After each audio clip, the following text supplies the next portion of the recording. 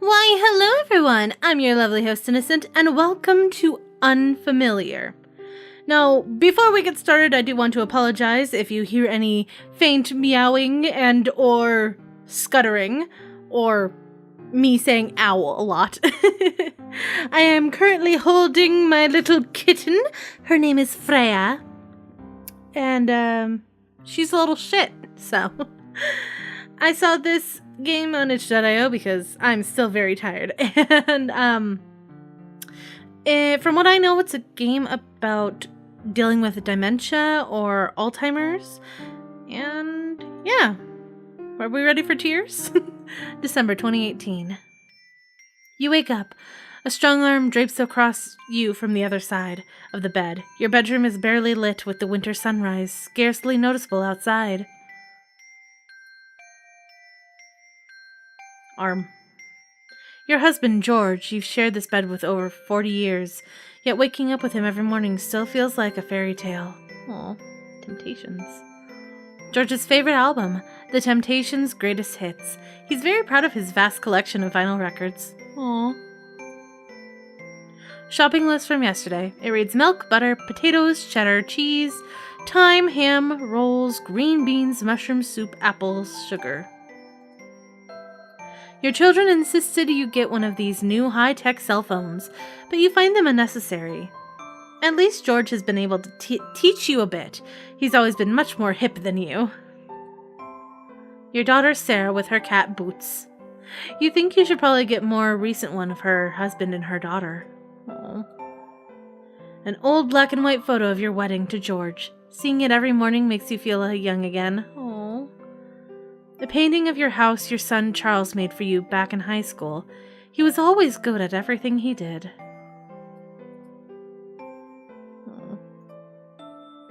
You've been waking up earlier than usual, which is strange, having been set in your ways for so long.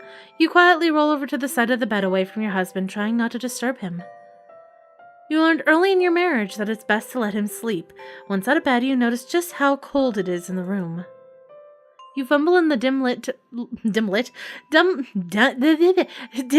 to find your robe. It isn't on the hanger where you usually leave it. Where could it have gone, you think? After a few more minutes of looking, you abandon the search and head to your closet, trying to find something to slip into. You're glad you're up so early. Now you have the chance to start on some long Christmas Eve dishes without the distraction of company. You head to the kitchen and begin preparing the ham. You pull the ham from the freezer and begin to run some water into thought. Despite forgetting the thyme and the potato gratin, dinner is perfect. Your husband spent the whole day at the piano filling the house with Christmas tunes. Your son Charles ran some errands while your daughter Sarah and her husband Arthur entertained your granddaughter Abigail, even letting her take a turn mushing the mashed potatoes. Aww. Your granddaughter Abigail. She reminds you so much of Sarah. Sarah's husband Arthur. They've been married almost 10 years. George, your husband. You rarely ever see him without a smile on his face. Your daughter Sarah. She inherited George's love of music and now teaches piano. Aw. Your son, Charles. He seems to be working all the time and you're thankful whenever you get to see him. Apple pie. You've cooked it the same way for 40 years. It wouldn't feel like Christmas without one. When Abigail was a baby, you brought her a stuffed elephant, and it's since been her favorite toy. Last Christmas, she bought you one so hers wouldn't have a friend to play with when she visits. Aww. A family portrait when Sarah and Charles were young.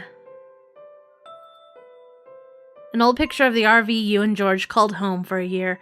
His music career was taken off, and you traveled the country with him. You wonder what a life would have been like if you never had kids. Oh.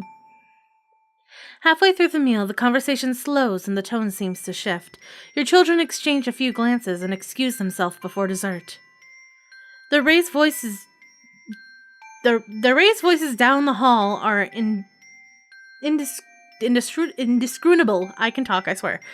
But their tone suggests a heated debate. You think You think you hear your name pop up, but you decide to distract yourself with your granddaughter with a story. Abigail, how would you like to hear the story of the time I met the Queen of England, rode an elephant in India, and traveled for a year in an RV with your papa? Abigail seemed to doze off. You can't blame her. She ate almost as much as George. Later that night, you share some wine and stories with the adults. Your children are back to the laughing and smiling, but you catch them a few times giving you concerned looks. You ignore them because tonight you just want to celebrate. George was never the best dancer, but he always put his heart into it. You used to cut your own tree every year, but you bought a fake one a few years ago after George nearly took his foot off. Jesus! Charles' graduation photo. You know ever since he was a child that he'd be successful in anything he did. Aww. George fills your stocking with your favorite treats every Christmas Eve. Aww. George requests a dance and asks you to choose the music.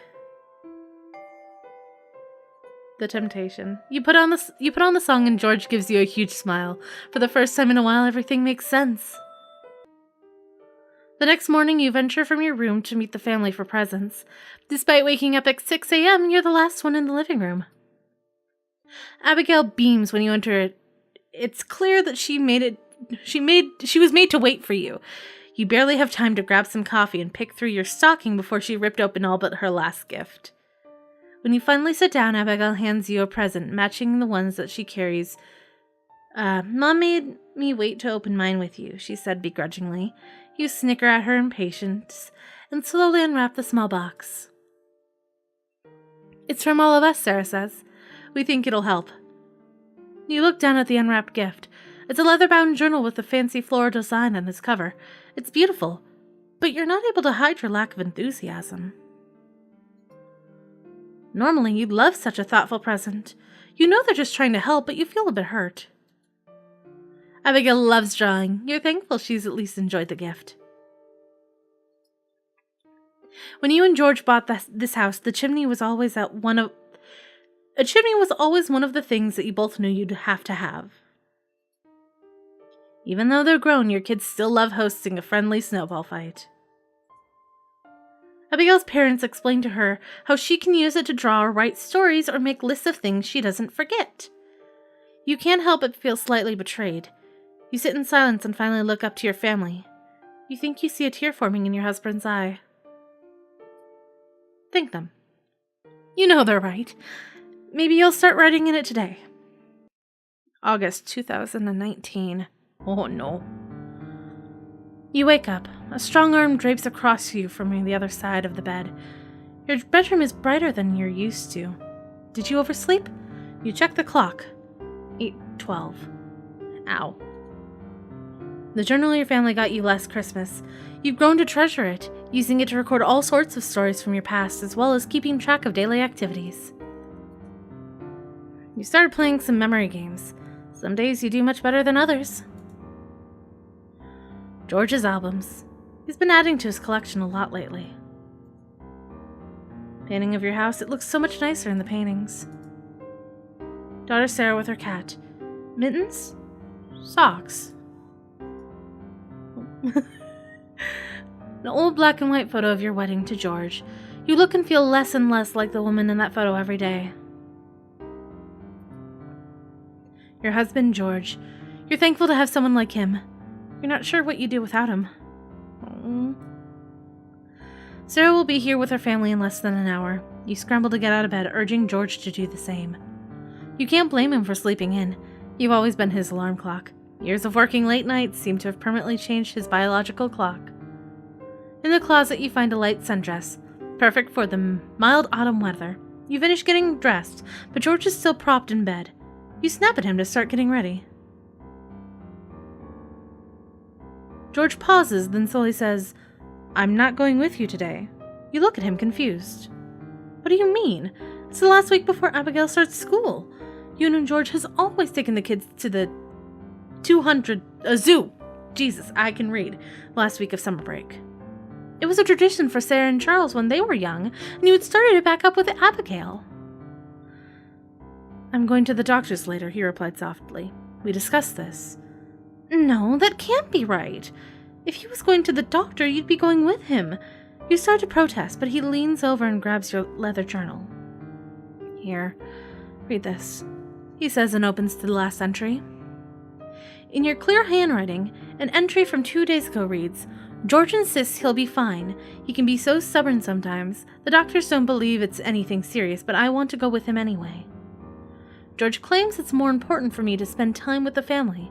I've agreed to go to the zoo, as long as he calls me from the doctor. Suddenly, the entire conversation from the other night rushes back in. How could you have forgotten that? Your face starts turning red with embarrassment. You set the journal down and turn to George, who has risen from bed. He holds you and says, it's okay. We all forget things sometimes. Just tell him. Me too, he replies. It'll be okay. I'm here for you. The zoo is much less crowded than you expected it. It's a welcome sight. Finding free sitting areas is much easier. You aren't as young as you were, and you always feel guilty making the rest of the family wait on you. At least when George was here, you could sit down with him and let the rest go off on their own. Today it feels like your baggage. Like they're babysitting you. Near the elephants, you insist that the others can go on as they please. You can catch up with them later. You find a nice spot in the shade where you can people watch. You love seeing all the young couples with their children, reminding you of the countless times you and George just brought Sarah and Charles here. Being at the zoo with Sarah brings back so many memories, some more hazy than others. A wonderful husband. You're so lucky Sarah found someone so special. Abigail has grown so much. Sometimes you wish you were an elephant. They never forget. The zoo has changed a lot since you first started coming here, but you always feel nostalgia seeing young families here. Sarah approaches and sits next to you on the bench. Where did the others go? You ask her, not seeing them nearby. They're heading to see the penguins. You didn't want to join them? You ask. Penguins had always been Sarah's favorite. No, she says. They wanted me to stay with you. You begin telling Sarah a story about one of the times you brought her here when she was little. You brought her a balloon from the cart vendor, but George's knot around her wrist was too loose. Somewhere near the zebra exhibit, it had come completely undone and floated away into the sky. The only thing that could get her to stop crying was her favorite ice cream. Oh, sorry, did I wake you? You pause for a second, trying to remember the flavor. You told this story countless times to family and friends, probably even to Sarah before. This time you just can't think of the flavor. You look off into the distance, knowing the answer is on the tip of your tongue. You contemplate calling George. He'll remember. But as you pull out your phone, you realize he's at the doctor's by now. Lost in your thoughts of ice cream in the past, you see Sarah and Arthur approaching. Hope she wasn't too much trouble. We thought she could keep you company while we went to go see the penguins, Sarah says. You pause and look next to you. Abigail is sitting cross-legged on the bench, watching the elephants intently. You glance back to Sarah, confused. You begin to panic. Your mind starts racing with questions. You've been so lost in thought that Abigail had switched places without you noticing? Surely you hadn't been daydreaming that long. Had it been Abigail here with you the whole time?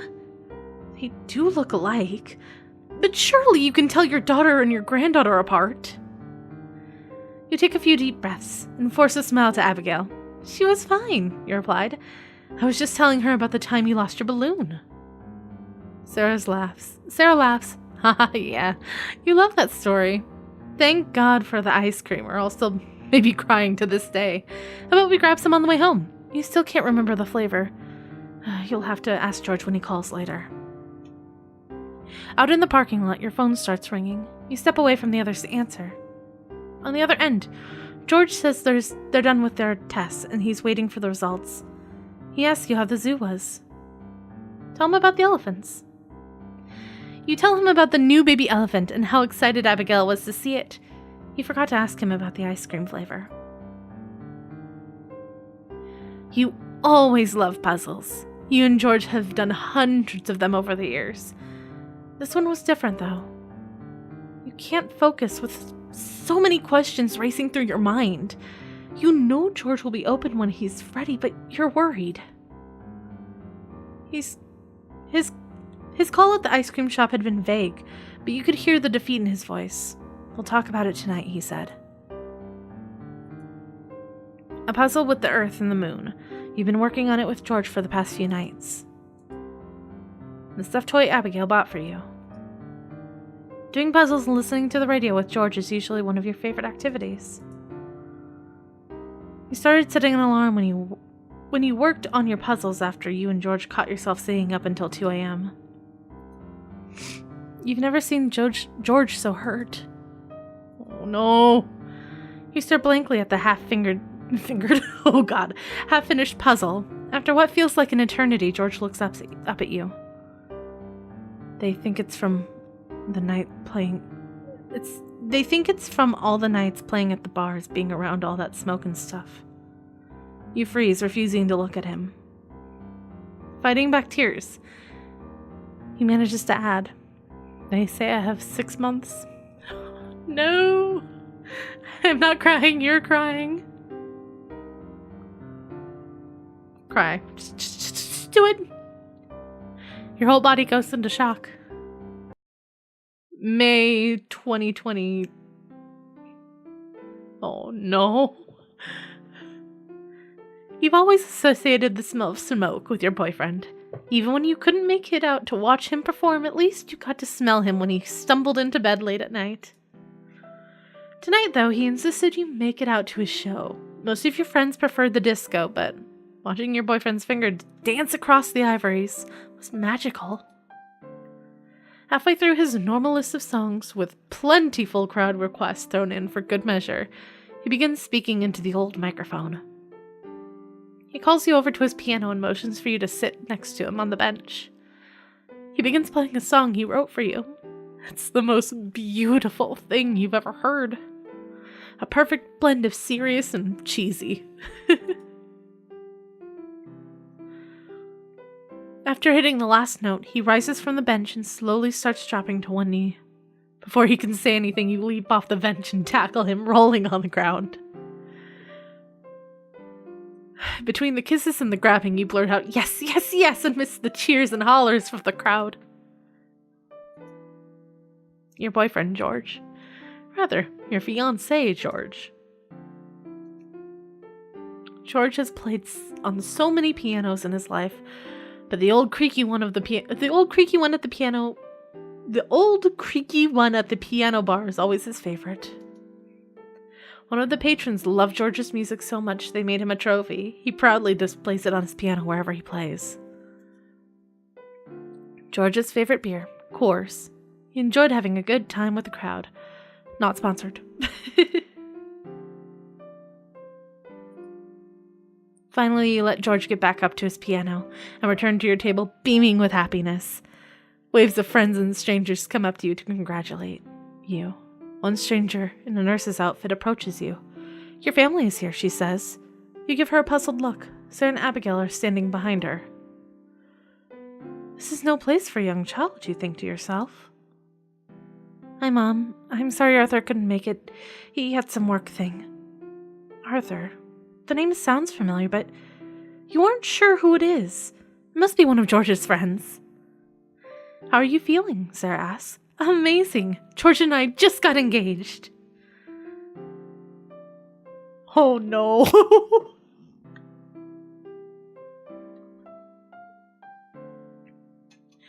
Sarah's face slowly drops. "Papa died," blurts out Abigail. Sarah quickly cuts her off. "Abigail, why don't you get your ballet shoes on and show Nana what you've been practicing?"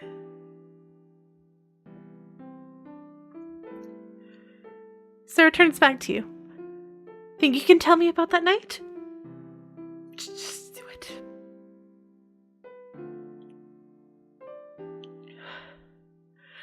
You begin describing everything around you. The people, the sounds, the smells, the emotion.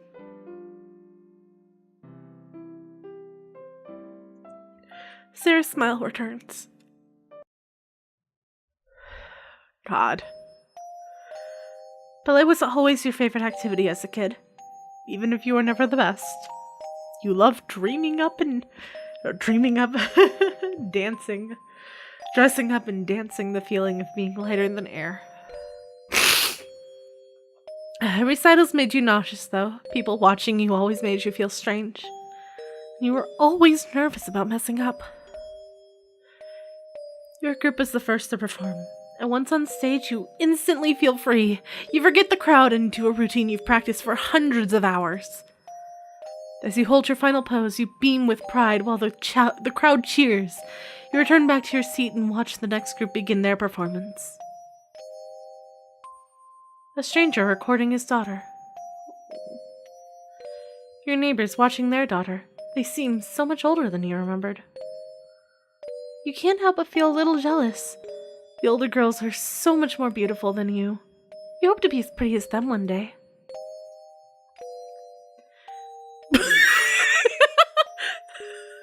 I'm sorry. The kitten fell asleep with her head up and it just plopped down. She is dead to the world right now. You don't know any of them since they practice a different day than you, but one of the girls looks very familiar. You watch her the entire time, trying to figure out where you've seen her. At school, or maybe around the neighborhood? When they finish, the familiar girl walks over and sits next to you. Still unable to recognize her, you ask, "Do you go to my school?" The woman next to the young girl overhears this and leans in towards her. "It's okay, Abigail. Remember we talked about this happening." Abigail, frustrated, looks back up and says, "You're my Nana." Lash out, "No. Emmett, it's the truth.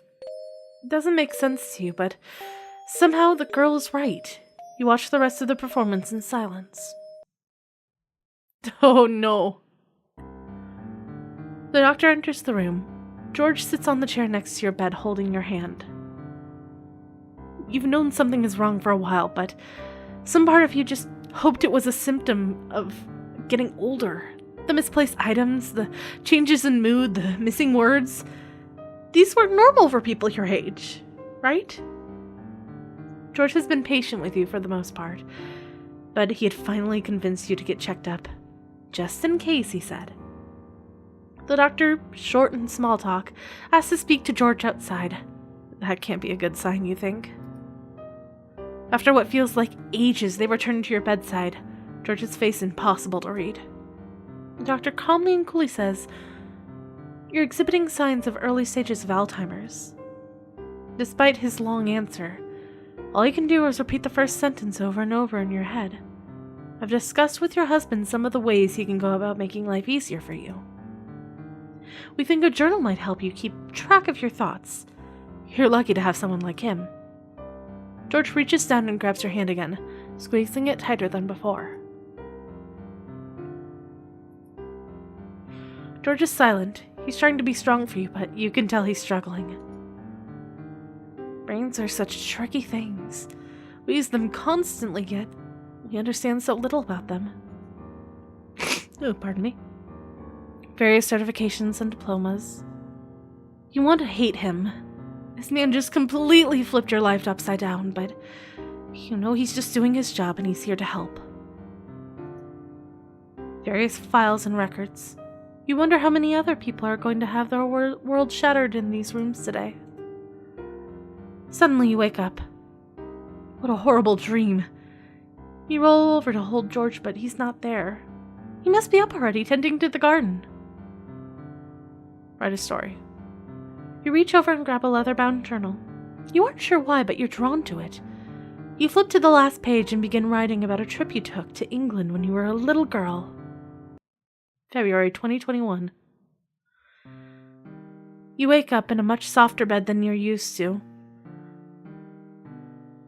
the cheerful songs of birds outside. Despite the relaxing atmosphere, you're miserable. You're in a strange bed in a strange room. Your thoughts are spinning, but in slow motion. You try searching your brain for anything, any memories at all. Ruby. Your name is Ruby. A leather-bound journal. It's worn, but not old. A strange alarm clock. A beautiful family portrait. You wonder if you know them. A painting of a house. If you ever buy a home, you hope it looks like that one.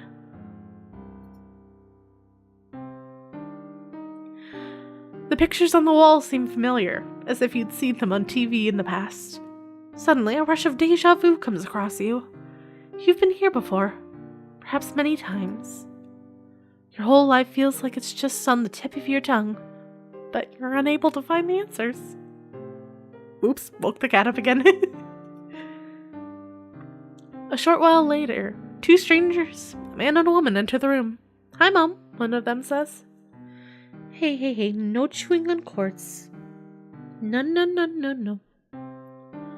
I don't have any children, you managed to blurt out. The words are forced, as if speaking had become a chore.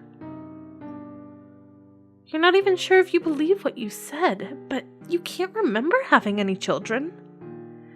You must look visibly upset because the woman reaches for your hand, trying to comfort you. The man walks around the bed and picks up a journal on the nightstand. Would you like to hear some stories about the woman we know? It's our favorite, he says. I guess, you mumble. For the next few hours, the man and the woman take turns sharing the entries from the journal. Some of them are happy, and some seem long ago. Others are sad. Some seem long ago, and others feel recent.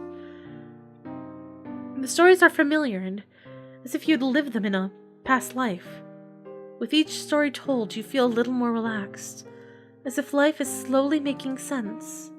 The final story they tell is about a son and a daughter who read stories of their family to their dying mother. Just as the final story ends, you smile up at the strangers. I sure love to have a family like that someday. Ow, ow, ow, ow, ow, ow. Ow.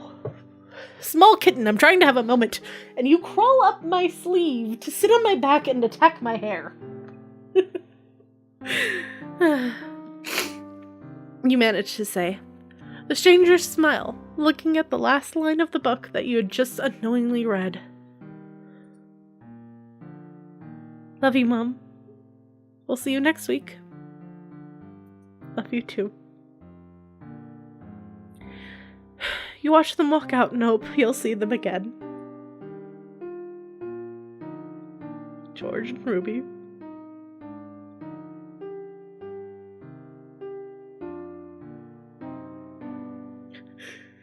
I'm not crying, you're crying.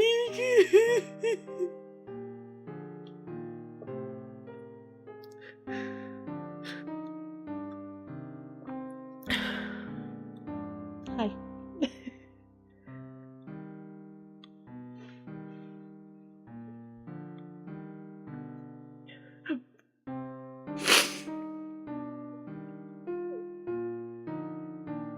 I don't know about anybody else, but I've luckily never had to deal with somebody having Alzheimer's or memory lapses like this, but I feel like I'm going to. Just because I don't remember a lot now, so it's probably not going to be good when I'm older.